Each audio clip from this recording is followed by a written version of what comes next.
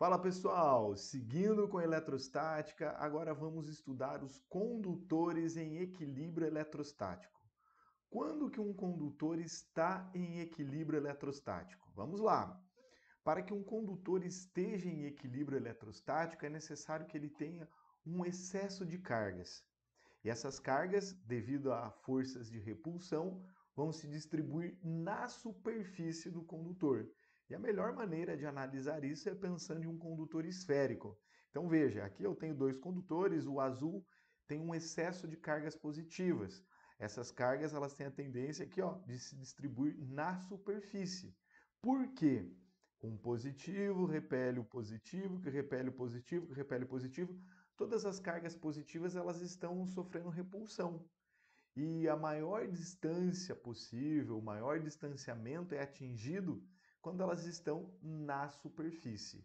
Isso acontece independente do condutor ser oco ou maciço.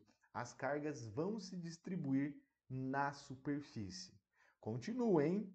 Quando o condutor está em equilíbrio eletrostático, as cargas estão distribuídas na superfície, elas não apresentam um movimento organizado, até pode apresentar o movimento devido a efeitos térmicos, mas não é um movimento ordenado.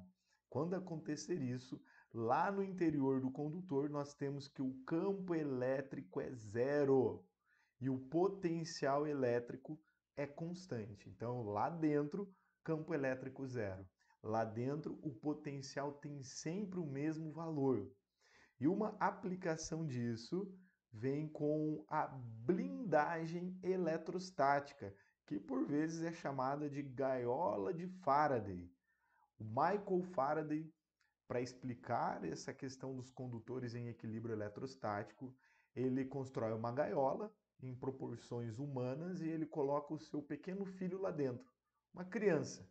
E ele orienta para que o filhinho ficasse quieto, não se mexesse, não tocasse nas paredes da gaiola, e ele eletriza essa gaiola. As pessoas, ao observar isso, acham que a criança lá dentro seria eletrocutada, mas não acontece nada com ela, porque ela estava blindada eletrostaticamente.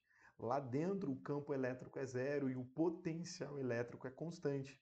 Aliás, se o potencial é constante, nós podemos escrever que o U, a DDP, o U que representa diferença de potencial, é zero. O U é igual a zero. Por que que não há diferença de potencial? Lembra? Diferença de potencial é um potencial menos o outro. Mas lá dentro o potencial é constante. Então o potencial A é igual ao potencial B. Logo não há diferença de potencial. Por isso que nada acontece com a criança. Se de repente você pegar o seu celular, que funciona via ondas eletromagnéticas, e embrulhar ele em um papel alumínio, e você pegar um outro celular e tentar ligar para o seu, vai dar que ele está desligado ou fora da área de cobertura, porque o papel alumínio está se comportando como um condutor em equilíbrio eletrostático e o celular lá dentro está blindado eletrostaticamente. Continuando.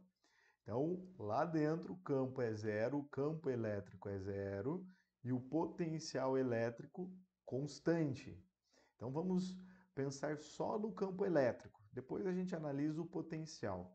O campo elétrico, na superfície, ele tem um valor bem diferente. Veja, na superfície, o campo elétrico é dado por meio de kq sobre o raio ao quadrado. Lá dentro a gente já sabe que é zero, né? Lá no interior do condutor, o campo elétrico é zero. Agora, na superfície, nós temos essa equação que é bem particular, é meio de kq sobre r ao quadrado. Então, se lá dentro o campo elétrico é zero, na superfície ele é metade e depois ele cai com a distância ao quadrado, nós podemos representar o campo elétrico em função da distância. Veja que uma distância menor do que o raio, ou seja, no interior, o campo é zero. Aí na superfície ele é metade e depois ele decresce. Assim analisamos o campo elétrico. O potencial, como é que fica o potencial elétrico? Bom, o potencial lá dentro e na superfície sempre o mesmo valor. E você pode determinar o potencial na superfície ou lá no interior por Kq sobre R.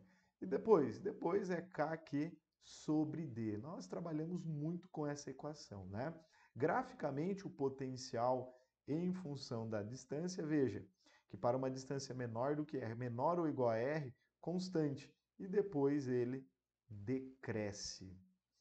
Continuando, poder das pontas. Nós estudamos agora condutores esféricos, que são simétricos, né?